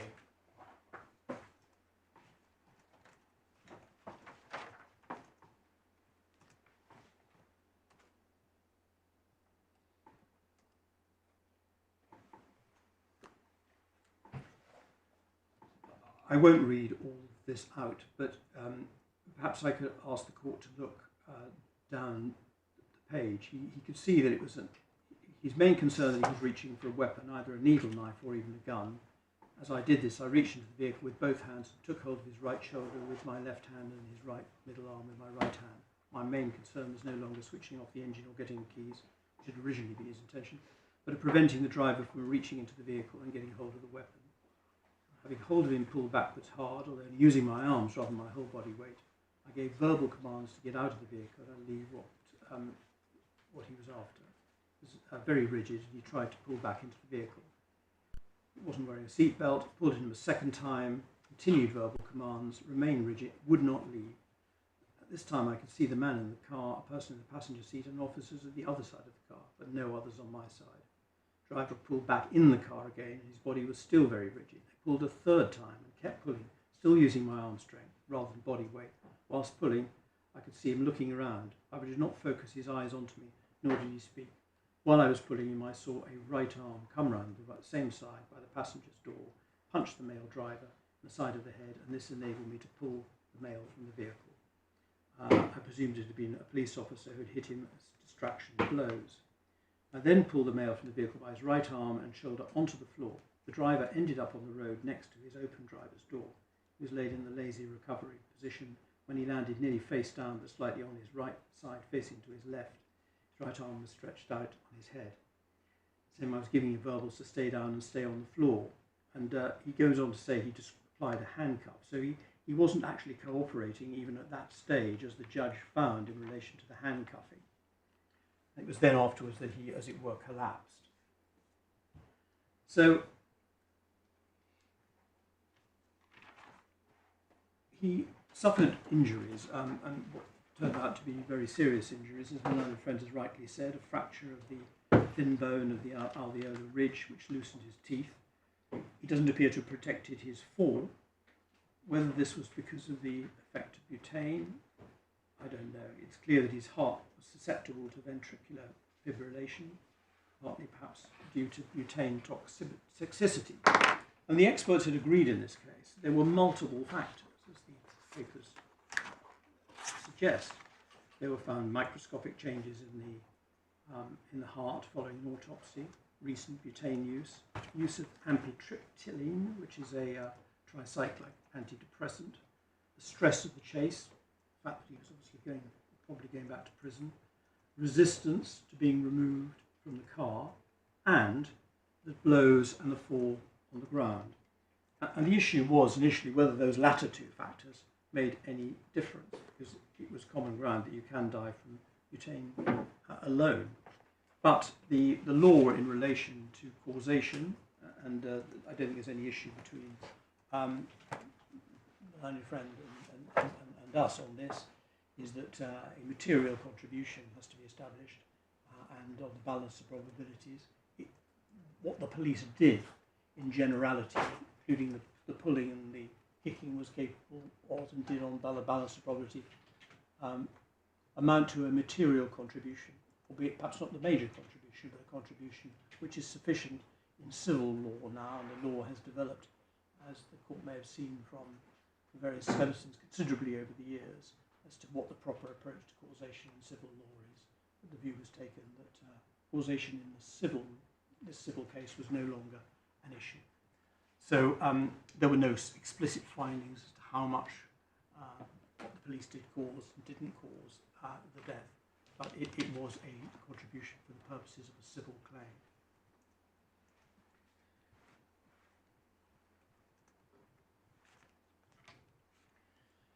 Lord, my lady, as to the way he left the vehicle, I think I've said more than I need to say about that. He clearly fell with some firmness, and there was a great deal of blood, and immediately those that needed to were summoned. The ambulance arrived. They looked at him, and sadly, he died soon after the event. So why did the judge go so badly wrong, as the case for the appellant is? He suggested that there is a sarcastic tone. That's a matter for the court it's a very readable judgment. Perhaps judges should never try and do anything by way of comment, but there's nothing inaccurate in any of the comments that he makes about the background leading up to this event, and nor can it be criticised. He makes some important findings, and I'm really referring finally now to the judgment itself. He finds that he was not compliant. During the course of submissions, the court heard quite a lot about the passive nature, and the fact that he really wasn't doing very much. Refusing to get out of the car, a persistent refusal, as the judge described it, is doing something in the face of the police who plainly want to get him out of the car. He may not be that he was flinging punches. We don't know what was going on in his mind, but this was a persistent failure to respond to a reasonable request by the police. You've seen what the officers themselves said, and then there was the attack that was launched in relation to PC Somerville's what is known as a hot debrief after the event. Well, these were all points that were made at the trial, suggesting that there was recent invention or other unsatisfactory elements. And the judge dealt, we would submit, clearly with that. He took them into account, but did not regard them as helping him in deciding whether or not, essentially, the officers were telling the truth. We can see that from paragraph 58. But essentially what he said was he believed the officers and their account of what had happened. He also accepted the officers' evidence. I'm looking at paragraph 62. That is, he went under the right arm to cuff it. He moved it again. So this was, and therefore he had to be handcuffed. This was entirely proportionate in the light of his egregious behaviour in the events leading up to his detention. So he finally concludes with this: I should record that I've reached my conclusions of fact in respect to the claiming battery, taking full account of the legitimate criticisms which fall to be made in respect to the opportunities for cross-contamination. He dealt with that under Article 2, but he didn't find there was any cross-contamination as a matter of fact. My lady, my lords, we have put in greater detail all our arguments in our skeleton argument. I don't want to repeat them now. This is an appeal, in effect, on the facts. A very sad case. The judge heard the evidence. He came to his conclusions, expressed himself clearly. This court, with very great respect, should not interfere with those findings. Any questions?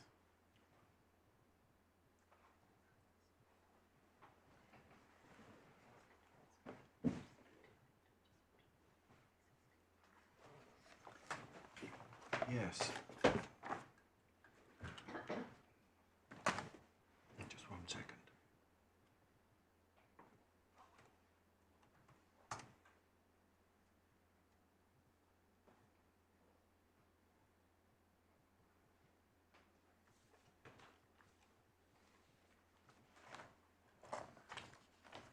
I'm not sure who is best placed to deal with this. But my lady raises the question. I had myself been looking at the evidence at a slightly earlier stage from Mr. Sayers in the criminal trials, in which obviously he was questioned and cross-questioned. Sorry, Mr. Sayers in the Old Bailey trials, whose evidence in the trials begins at page 291 and at page 301 is his description in chief of what's called the extraction, and then we come to 328, which is, I think, a passage of cross-examination by Mr. Fisher, who appeared for one of the defendants.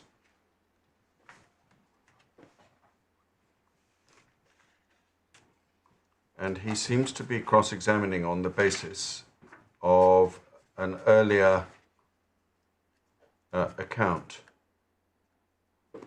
about the extraction.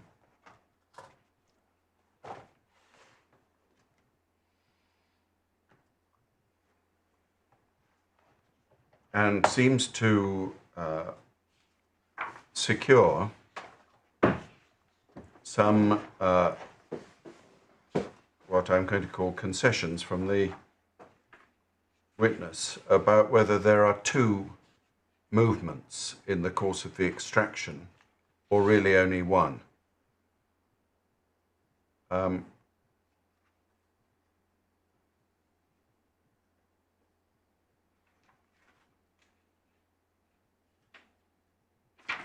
sorry, my lord, I'm not sure which page we're referring to. Sorry, I'm on page 328 now.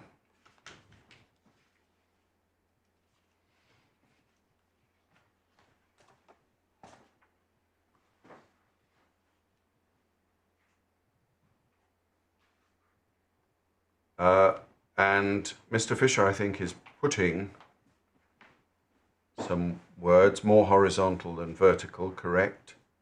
Like a cork coming out of a bottle. And then your words, says the witness, my words, it is one fluid movement.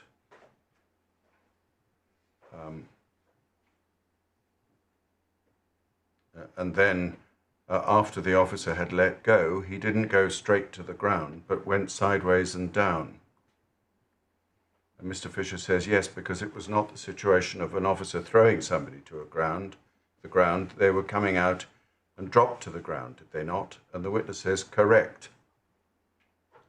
And that seems to be a passage of evidence which it is necessary to consider alongside the extracts from the witness statements, which you drew to our attention earlier. And I think that the purpose of referring you to this is so that you can deal with it if you want to, either side, because it is potentially quite a significant passage of the evidence. I don't know whether, Lord Folkes, you want to say anything about that. Saying, yes, I'm grateful, and I had observed this. It isn't his evidence, which we have to treat with caution, of course, and what the judge said is not consistent with, as it were, an additional and gratuitous piece of throwing. Whether it's a cork out of the bottle as suggested by Mr. Fisher, or in one movement, what he doesn't suggest is that there are two separate movements.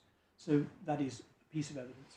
The judge doesn't appear particularly to have relied on it, but on the other hand, it was evidence before him, and he said that he took into account all the evidence before him. So there it is. It's a factor which, in our submission, is consistent with the officer's evidence, which he did accept. Yes, by the end, there wasn't a great deal of dispute between Mr. Sayers and the officers, Yes. As Mr. Laddie earlier submitted. Yes. But that consensus did not necessarily support the case which Mr. Laddie is now advancing in relation to a separate throwing movement.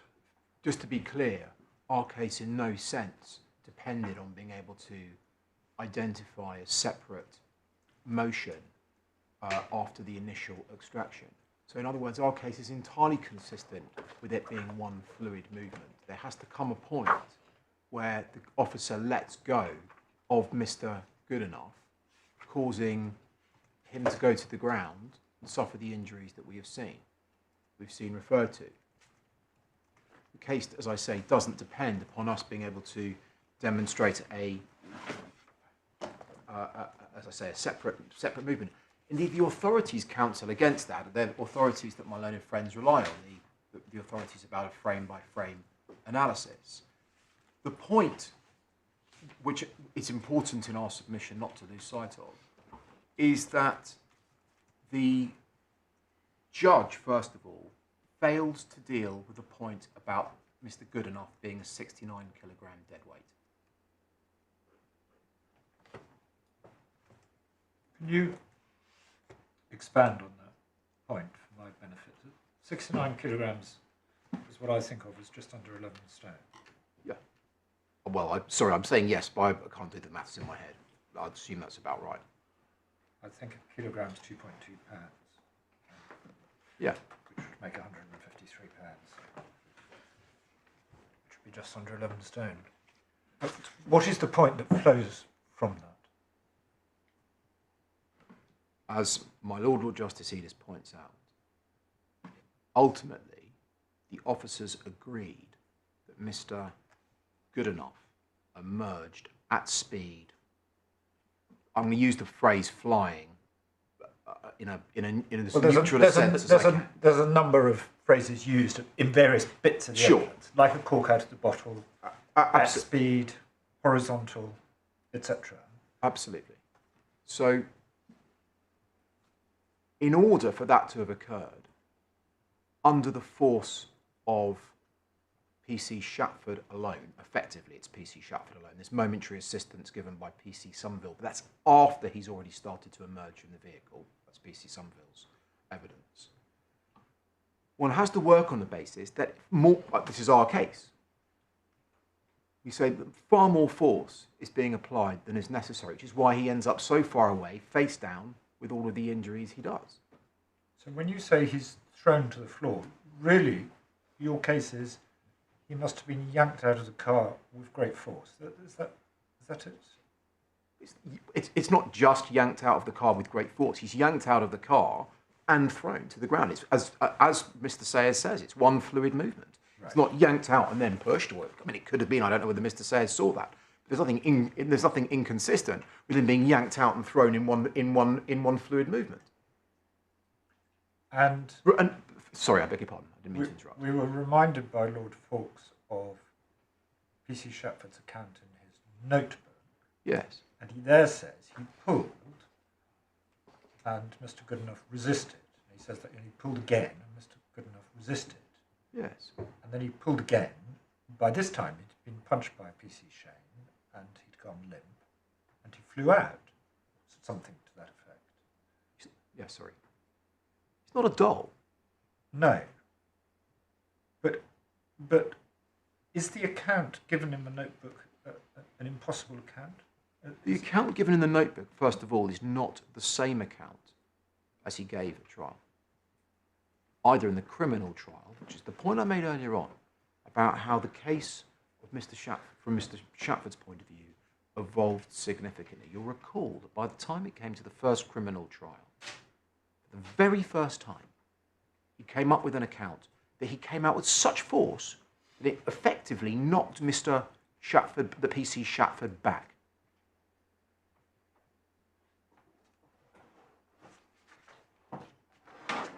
That's an account he maintained subsequently.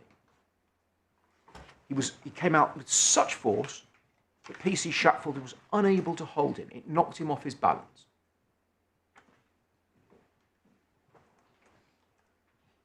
My own friend read out PC Shatford's notebook, and you will not see any hint of that description in the notebook. But of course, that's not even the question that arises on this appeal. The very fact that I've identified it gives rise to the question, how come the judge hasn't dealt with this? And I appreciate, my lord, that you've asked me a slightly different question. Is PC Shatford's account an impossible one? The account in his notebook is not the account that he gave at trial. And that's without even looking at the account, just by way of example, of PC Somerville. Remember, he's adjacent, who says in his notebook, I saw PC Shatford place the male down on the ground. Yeah. These aren't trifling distinctions, we say.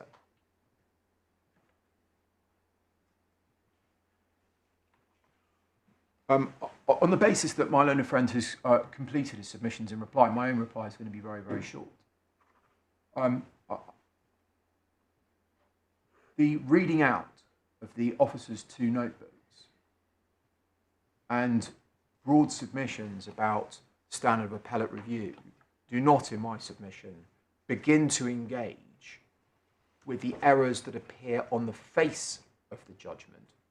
I'm not going to go through and repeat my submissions, but simply asking the wrong questions for the purposes of analysing what each respective officer's belief was and crucially, whether it was reasonable. I've taken the court to the relevant passages in the judgment, and my learned friend simply hasn't addressed in his reply the points that we made about errors of principle in the judge's approach. Simply not even asking the question, was it reasonable for Shatford to believe in a weapon, for Shane to believe in the driving?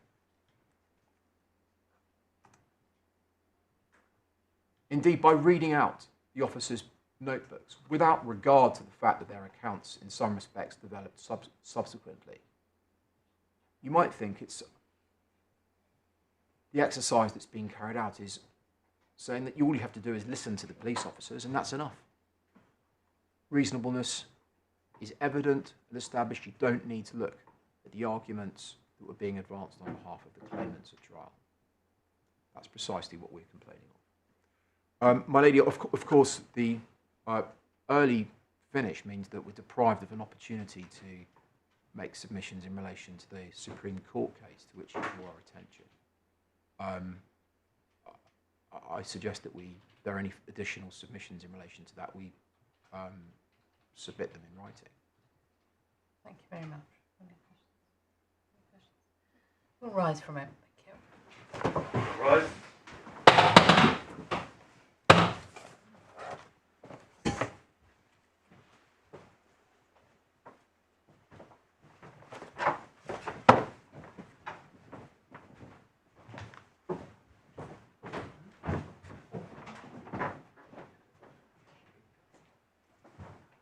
Live stream will remain on. Yep.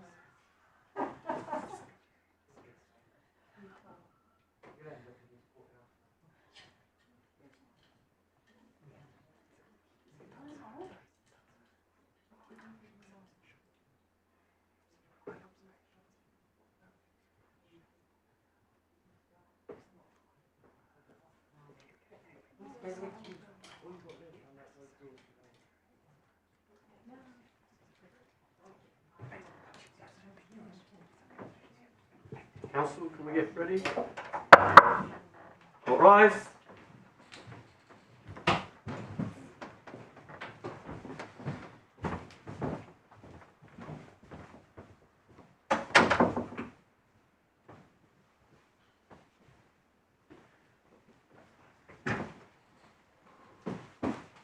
Mr. Laddie, Lord Folkes, can we thank the parties for their submissions in this case, and obviously we understand all the work that goes into presenting cases of this nature. That includes thanks to those sitting behind you, or wherever they happen to be sitting in this socially distant court. We are going to reserve our judgments in this case. The judgment in draft will be circulated to the parties in advance of the handing down for the purposes of the correction of typographical or other similar errors, but not for re-argument. Depending on the outcome, the parties may wish to make further submissions, and if they wish to do so, then in the first instance at least those should be made in writing. If the court wishes to hear any further argument orally, it will invite the parties to attend on a date that's convenient for counsel. Could the parties also endeavour to agree an order in advance of the date for handing down? And of course it won't be necessary for anybody to attend when the handing down takes place, because that can take place virtually. Thank the parties again. Thank you. All rise.